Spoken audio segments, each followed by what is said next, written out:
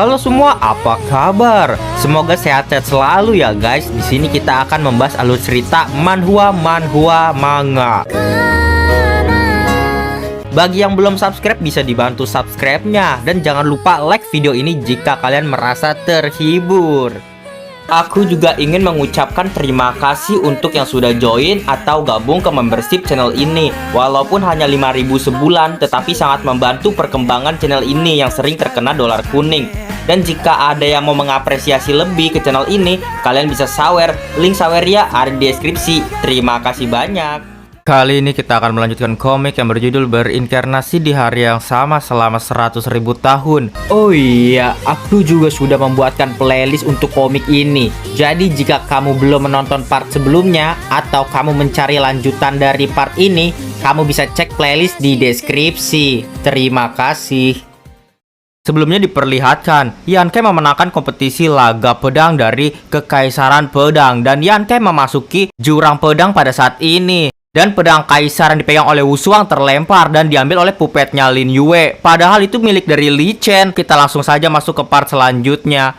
Diperlihatkan di istana ketua sekte Kekaisaran Pedang. Ketua, gawat, pedang kaisar hilang. Di sana terlihat ketua kaisar marah kepada Li Chen. Apa? Tak kusangka pedang kaisar akan hilang di tanganmu ya Li Chen. Lalu ketua kaisar pedang mengancam Li Chen. Kalau begitu, kamu tidak usah hidup lagi. Li Chen pun meminta maaf. Ampun guru, ampun. Ketua kaisar pedang berkata, cepat katakan apa yang sebenarnya terjadi. Ya, masalah seperti ini. Dan Li Chen pun menjelaskan masalahnya. Ketua kaisar pun berkata, jadi kamu tidak ada bukti ya? Benar kan? Iya guru.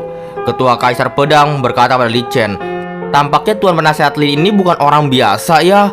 Guru, dia hanyalah badut, kata Li Chen. Lalu Li Chen pun dipukul oleh ketua kaisar. Ketua kaisar pun marah. Kalau dia badut, siapa kalian yang tertipu olehnya? Suruh dia datang mencariku besok ya. Terlihat Li Chen pun pergi, tetapi ia berpikir, aku tidak boleh membiarkan Lin Yue berjumpa dengan ketua sekte Kekaisaran Pedang. Diperlihatkan di geraha penyambutan tamu. Lin Yue di sana diberikan pedang kaisar oleh pupetnya yang baru saja mencuri. Bagus, bagus. Selanjutnya kamu ada tugas baru ya pupet. Namun pangeran ketujuh datang. Tuan penasehat, ada urusan apa kamu mencariku? Lin Yue menjawab, ayolah kita melakukan hal yang tidak boleh diketahui oleh orang lain. Pangeran ketujuh pun malu-malu. Tuan penasehat, kamu jangan sembarangan berbicara. Aku bukan orang seperti itu. Kamu itu emangnya orang seperti apa? Kata Lin Yue. Lalu Lin Yue pun merubah pupet itu dengan tampilan yang mirip dengan dirinya. Teknik itu bernama pemindahan batin. Lin Yue berkata lagi, jangan panik, bukan hal yang kamu pikirkan itu. Apakah kamu sudah punya pakaian serba hitam? Pangeran ketujuh pun bertanya, pakaian serba hitam? Aku tidak ada. Kenapa kamu memerlukan pakaian serba hitam?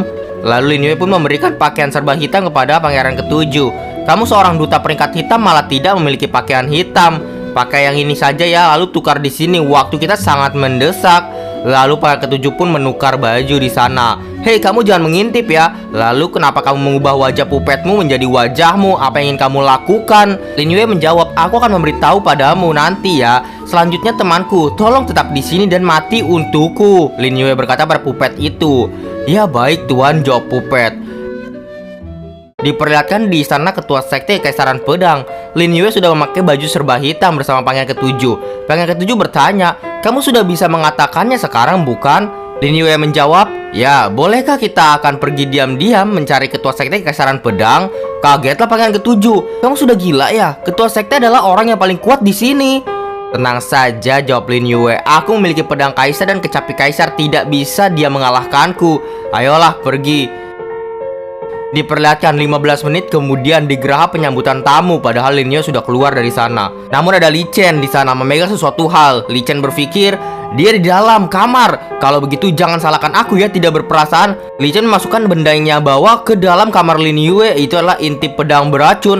Lalu inti pedang beracun itu pun mengeluarkan duri-duri racunnya yang menyengat sekeliling kamar. Dan Lin Yue pun terkena duri racun di sana hingga ia meninggoy. Padahal itu adalah pupet Lin Yue yang dia samarkan bentuk Lin Yue. Lin Yue yang asli sudah berada di tempat ketua Kekaisaran Pedang. Lin Yue berkata, Tuan, aku adalah tuan penasehat sekte Kekaisaran Kecapi, datang berjumpa dengan Anda. Pangeran ketujuh pun heran. Apakah dia tidak ada di dalam sana ya? Tapi kenapa istana yang sebesar ini sama sekali tidak ada penjaganya? Lin Yue menjawab, ketua sekte Kekaisaran Pedang sangat kuat. Dia tidak suka ada orang yang mengganggunya, makanya tidak ada pengawal. Lalu karena lama dan kesal, Lin Yue membuka pintunya itu. Jelas-jelas dia di dalam sana, tapi malah tidak bersuara. Kalau begitu aku akan langsung menerobos masuk sajalah. Pangeran ketujuh pun bertanya, "Hei, bukannya kamu bilang diam-diam datang ke sini ya? Kenapa menerobos?" Lalu terlihat ada ketua Kaisar Pedang di sana lagi duduk. "Tuan penasehat, kamu memang sangat pemberani ya." Terlihat ketua Kekaisaran Pedang melancarkan teknik-tekniknya, namun Lin Yue pun bisa menangkisnya dengan kecapi kaisar miliknya. "Aku memang pemberani," kata Lin Yue. Melihat hal itu, ketua Kekaisaran Pedang berkata, "Hanya mengandalkan satu kecapi juga ingin membuat keributan di tempatku." Namun Lin Yue mengeluarkan pedang kaisar. "Aku juga memiliki pedang kaisar loh. Aku tidak berharap membuat keributan. Aku hanya ingin berbincang dengan Anda saja." Marahlah ketua Kekaisaran Pedang.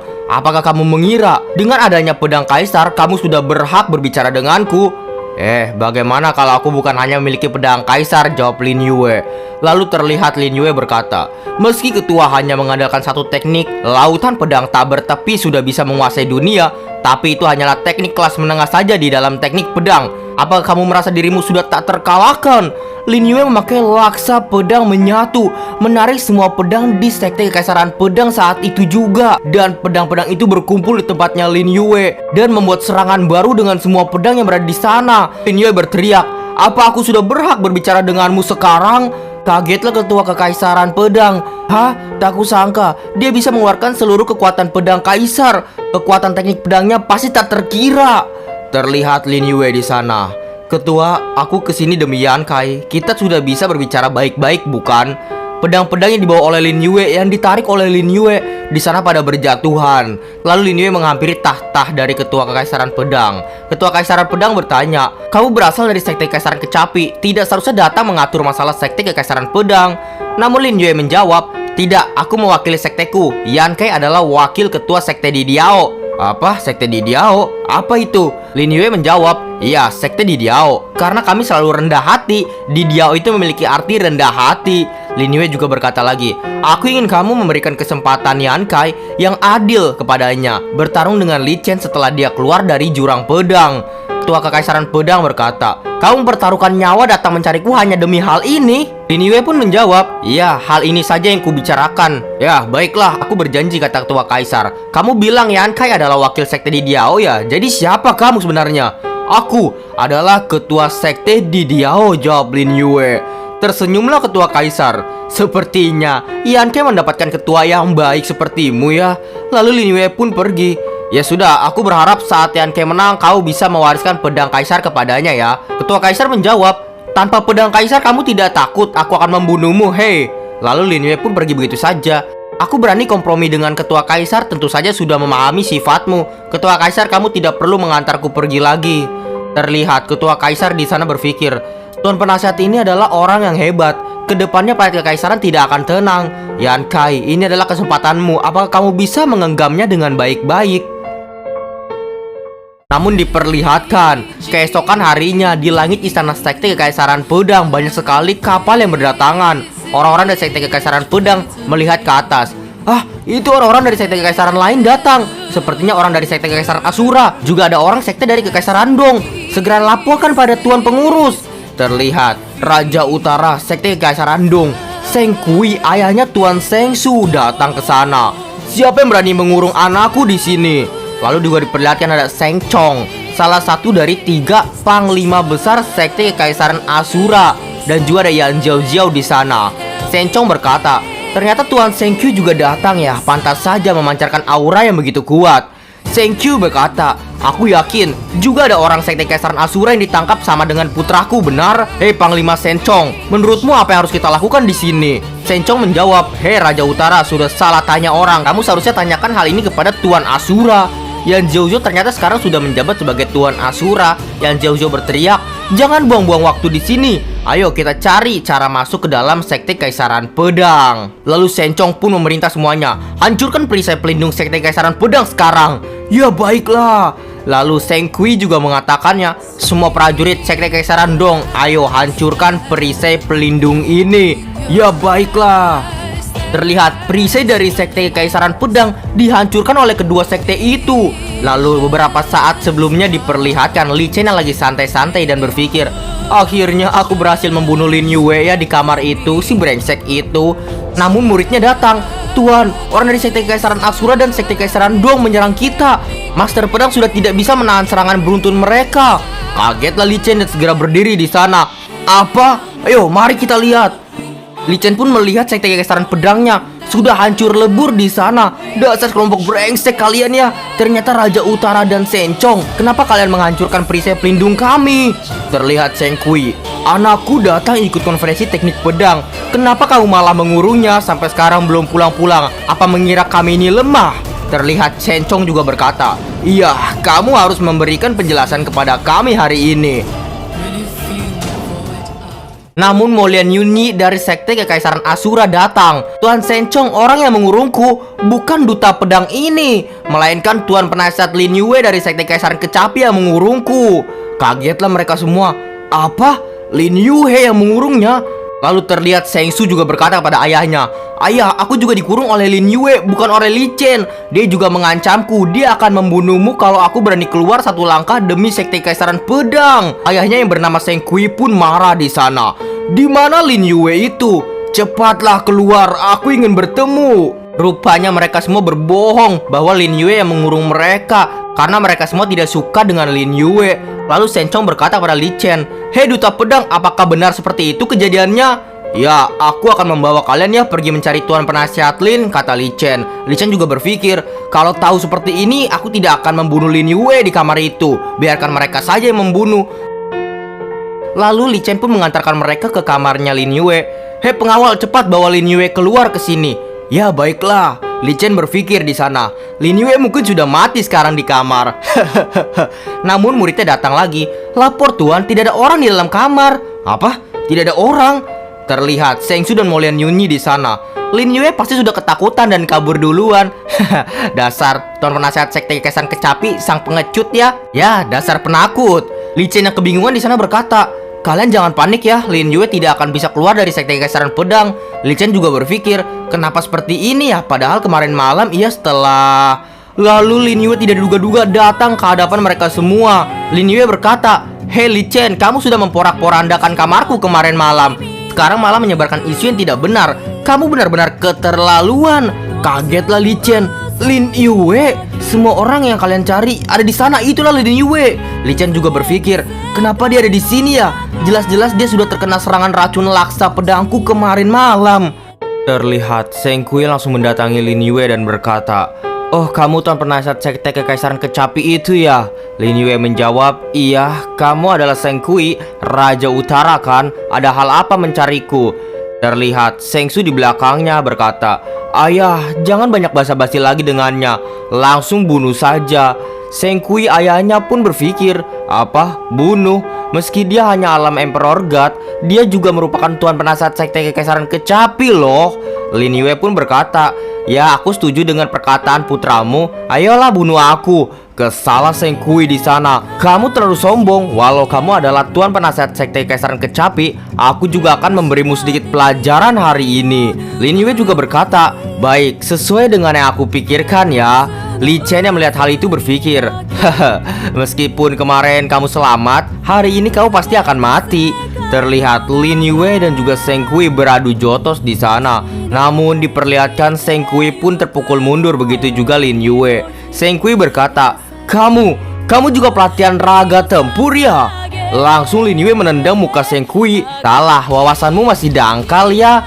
Seng Kui pun berpikir, pelatihan raga tempurnya kuat sekali ini. Terlihat Seng Kui pun sampai terlempar ke dinding. Lalu anaknya Seng Su di sana khawatir. Tak kusangka ayahku akan babak belur melawan si brengsek ini. Molian Yunyi juga berpikir, dia berhasil membuat Seng Kui terpelanting hanya dengan satu tendangan. Li Chen dan lainnya juga terkejut. Raja Utara terpelanting jauh. Lin Yue, dia kuat sekali. Mustahil. Diperlihatkan Seng Kui di sana berdiri lagi. Namun dia memiliki taring sekarang dan matanya berwarna hitam. Terlihat Seng Kui berubah wujud dengan memunculkan tanduk di kepalanya. Lin Yue melihat hal itu pun diam saja dan berkata, kenapa? Kamu kesalkah? Lalu diperlihatkan Seng Chong di sana ingin membantu Seng Kui. Aku akan membantumu ya. Namun Yan Zhou melarangnya. Panglima, jangan menyerang dari belakang. Jangan memalukan nama sekte Kekaisaran Asura. Tuan Asura, tapi Lin Yue itu... Kalian tidak berguna sekali. Masa melawan seorang tahap Emperor God juga harus 2 orang? Mundur sekarang juga, Panglima.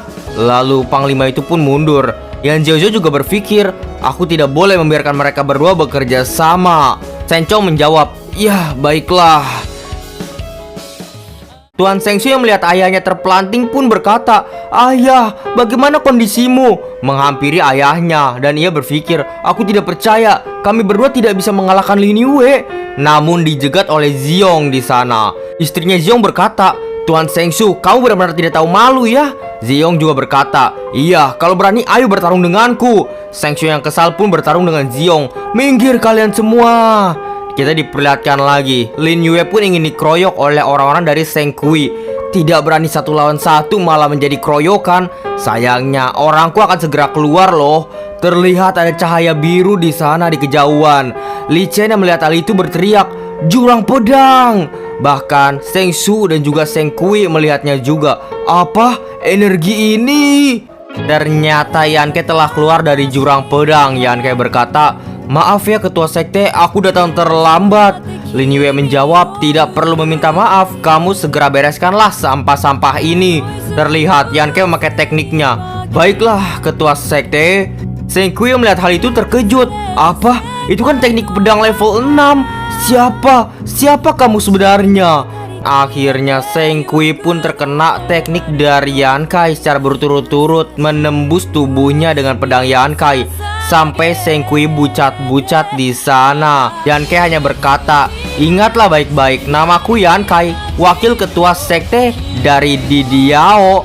Terlihat Seng Su histeris, ayahnya bucat-bucat. Ayah. Namun Ziong ada di belakangnya. Ziong berkata, aku bukanlah orang baik, kamu mati bersama ayahmu saja ya sana.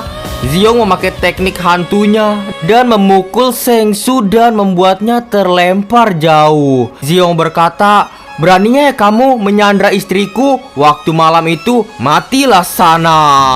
Lalu diperlihatkan orang-orang dari Seng Su datang berdatangan. Dan Yu Zhou pun menghadang mereka semua. Hei, lagi-lagi kalian, aku akan membalas semua dendam hari ini. Lihatlah baik-baik. Terlihat orang-orang dari Seng Su dibalas dendam oleh Yu Zhou. Semuanya telah meninggoy oleh Yu Zhou. Molian Yunyi yang melihat hal itu berpikir, kalau begini aku harus menangkap Lin Yue terlebih dahulu, maka masalah ini akan terselesaikan lebih mudah. Terlihat Molian Yunyi ingin menusuk Lin Yue, tapi Lin Yue pun tahu. Kamu sudah bosan hidup ya Molian Yunyi? Molian Yunyi pun terkena teknik pedang oleh Yan Kai. Di sana tidak bisa apa-apa dan terjatuh. Yan Kai berkata, aku mau lihat siapa yang berani mencelakai ketua sekte lagi. Lalu Lin Yue pun berkata pada yang lainnya, apakah kalian masih mau lanjut? Orang dari sekte Kekaisaran dong, apakah kalian ingin membalas dendam Raja Utara, raja kalian? Terlihat orang-orang dari Seng Kui malah takut. Kita pergi saja ya. Iya baik, kita tidak mungkin bisa mengalahkan mereka sekarang. Lalu karena mereka pergi, Lin Yue pun mendekati Yan Zhou. Lama ya tidak berjumpa, Tuan Asura. Aku tidak menyangka kamu akan datang ke sini demi Molian Yunyi. Yan Zhou berkata, tidak, aku memang berencana pergi mencarimu, tapi tak kusangka berjumpa denganmu di sini. Kalian semua mundur ya, ada hal yang ingin kubicarakan dengan Tuan Penasehat Lin. Ya baiklah. Lalu kita diperlihatkan Li Chen di sana yang murung. Lalu ada anak muridnya yang datang. Duta pedang, ketua kaisar mencari Anda. Duta kaisar? Baiklah, ayo kita ke sana. Li Chen pun berpikir, kenapa ketua kaisar memanggilku ya di waktu seperti ini? Apakah karena masalah 20 tahun yang lalu? Diperlihatkan lagi Lin Yue berbincang-bincang dengan Yan Zhou. Lin Yue berkata, sekarang sudah tidak ada orang di sini. Ayo katakan saja apa yang mau kau katakan. Terlihat Yan Zhou menunjukkan mantra di lengannya.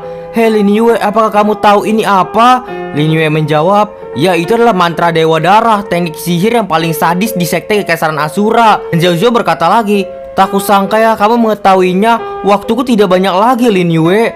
Namun Lin Yue menjawab, aku tahu itu. Aku lebih ingin tahu kenapa kamu bisa terkena mantra ini. Yan Zhou menjelaskan, Ya, karena ketua sekte Kekaisaran Asura terus mengandalkan sekte iblis Fuseng untuk menyempurnakan mantra darah dewa ini. Maka itu kami memiliki posisi di sekte Kekaisaran Asura. Tapi tak kusangka setelah sempurna dia malah memasukkan mantra darah dewa ini ke orang-orang yang ada di sekte, lalu membiarkan kami saling membunuh satu sama lain. Aku menebak ketua Kaisar Asura sekarang pasti sedang melatih teknik iblis yang menakutkan lagi. Lin Yue, hanya kamu orang yang bisa membantuku. Aku berharap kamu bisa membantuku. Aku pasti akan memberikan imbalan. Lin Yue menjawab, sepertinya ketua sekte Kekaisaran Asura sudah mencapai tahap Emperor King puncak ya. Dia ingin menerobos batasan dunia planet Kekaisaran ini rupanya. Ya, aku bisa membantumu, tapi hanya bisa mengandalkan teratai siluman 7 darah. Yan Zhou yang tahu mengenai hal itu pun menjawab, iya, ketua kaisar menjadikan teratai siluman 7 darah sebagai hadiah dan membuka tempat terlarang lautan darah dewa, membiarkan kami membawa orang untuk pergi merebutnya. Lin Yue pun berkata lagi, oh ternyata seperti ini ya. Baiklah, kebetulan aku juga mau pergi ke sekte Kekaisaran Asura. Ya ayo kita berangkat sekarang yuk, kata Lin Yue. Lalu Yan Zhou pun bertanya, sekarang kamu mau sendirian pergi ke sana? Ketua Kaisar Asura itu bukanlah lawan yang gampang. Namun Lin Yue pun bertanya, emangnya apakah aku terlihat lemah? Ya sudah, ulurkan tanganmu sekarang.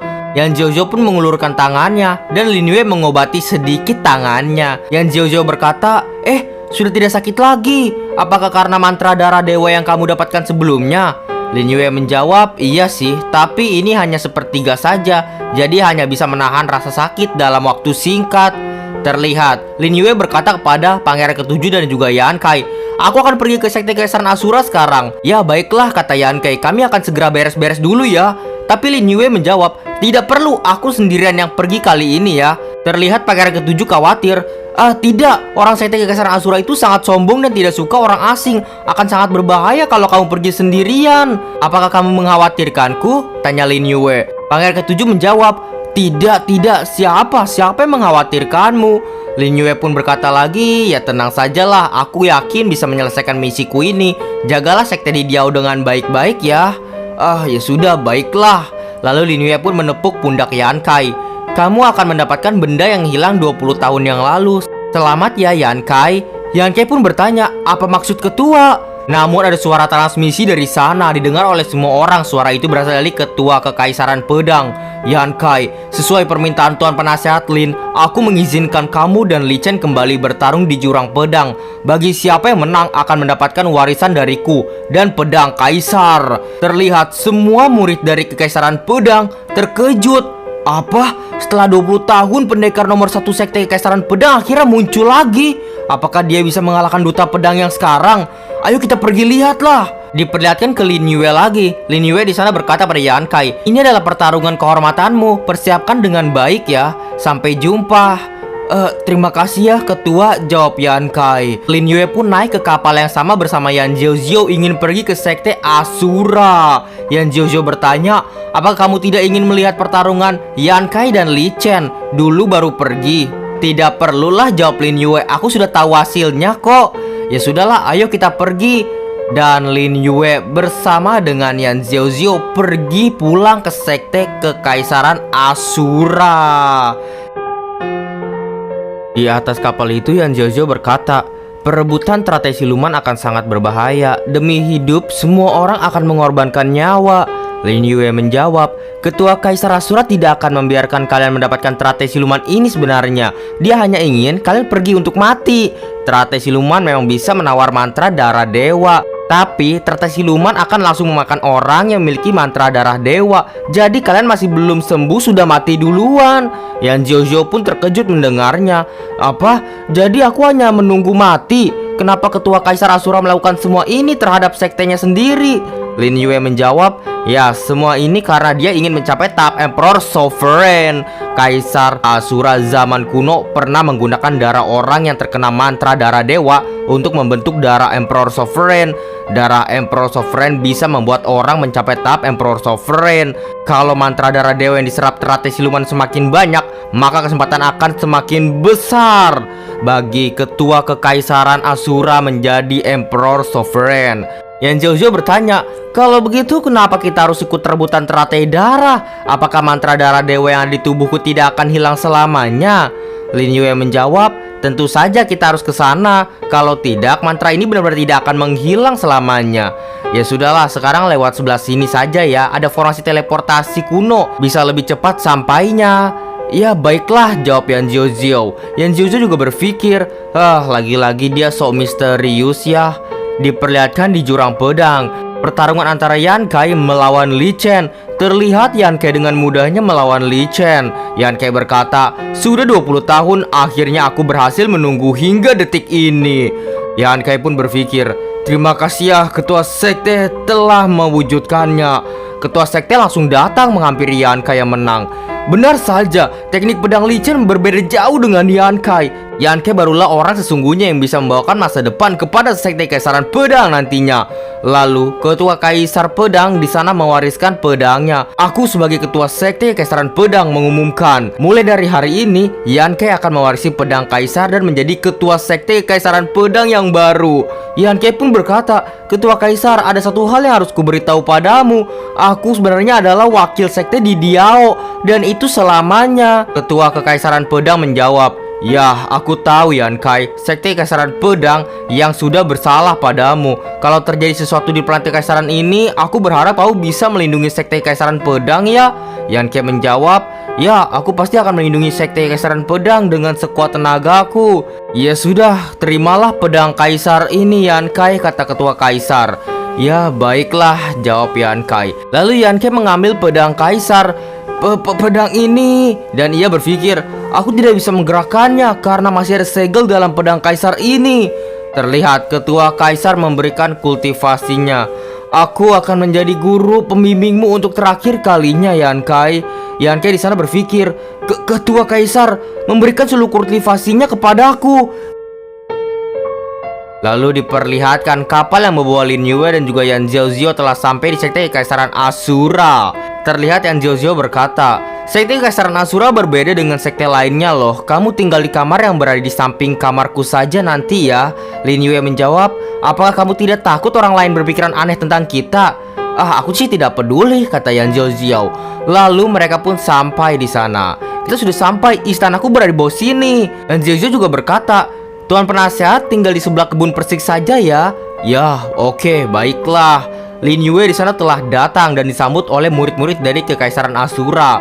Istana sekte Kekaisaran Asura, kebun persik. Lin Yue berkata, kalian semua boleh pergi. Aku ingin berjalan sendirian di sini. Ya, baiklah, kata orang-orang di sana. Lalu Lin Yue melihat ke suatu arah. Kalau mau melihatku langsung keluar sajalah. Kamu tidak perlu bersembunyi lagi. Dari balik tembok keluarlah seorang wanita bernama Luo Ziochen, adik angkat ketua Kaisar, tahap Emperor King tingkat 3. Ia berkata, kamu pacar kakak Asura ya? Kamu cukup tampan, tapi basis kultivasimu terlalu rendah. Lin Yue menjawab, kalau dibandingkan dengan kamu, Luo Ziochen, basis kultivasi semua orang juga termasuk rendah dibandingkan kamu. Ziochen pun bingung, apa kamu mengenaliku ya? Ya, semua orang tentu saja mengenali adik angkat ketua sekte Kekaisaran Asura lah.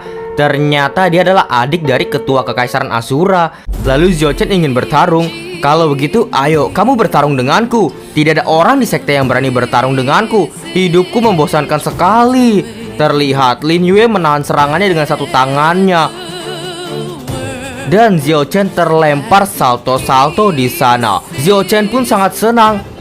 Kok bisa? Kamu kuat sekali ya? Ayolah coba lagi.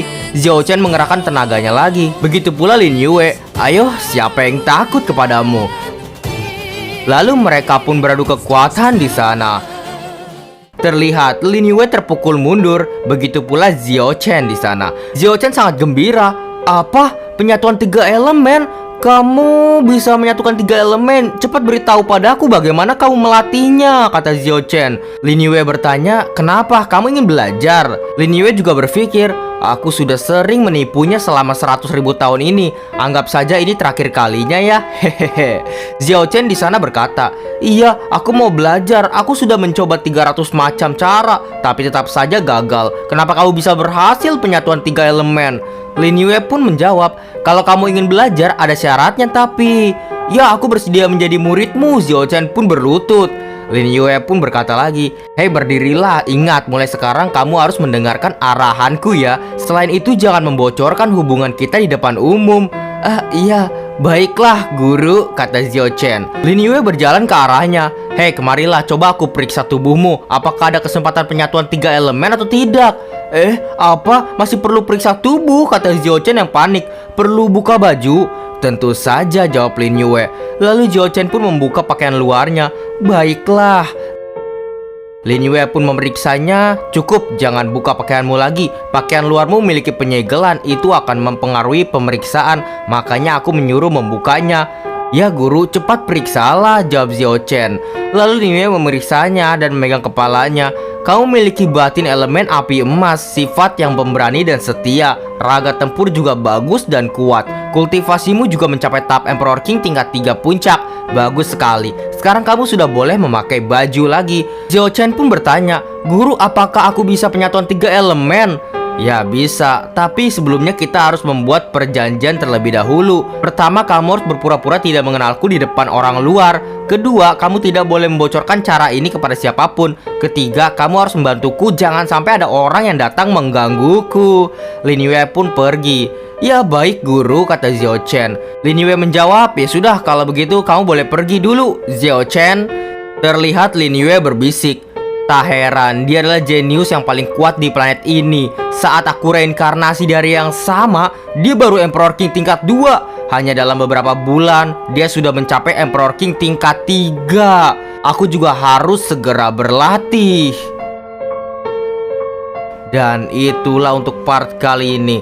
Terima kasih teman-teman telah menonton part 1 hingga sekarang. Kita lanjut di next part. Dadah semuanya, bye-bye. Terima kasih banyak untuk kalian yang menonton sampai akhir video ini. Dan jika kalian menyukai video ini dan terhibur, jangan lupa untuk like video ini dan komentar di bawah ya. Share ke teman-teman kalian juga yang suka komik biar tahu channel ini. Dan terima kasih sebesar-besarnya bagi kalian yang sudah sawer di link saweria di deskripsi. Semoga kalian sehat-sehat selalu. Oh iya, jangan lupa cek playlist Mimin. Di sana ada banyak alur cerita yang telah Mimin buat. Dan juga semoga kalian terhibur. Sampai jumpa, kita lanjut di video selanjutnya ya. Dadah, bye-bye. Terima kasih banyak telah menonton.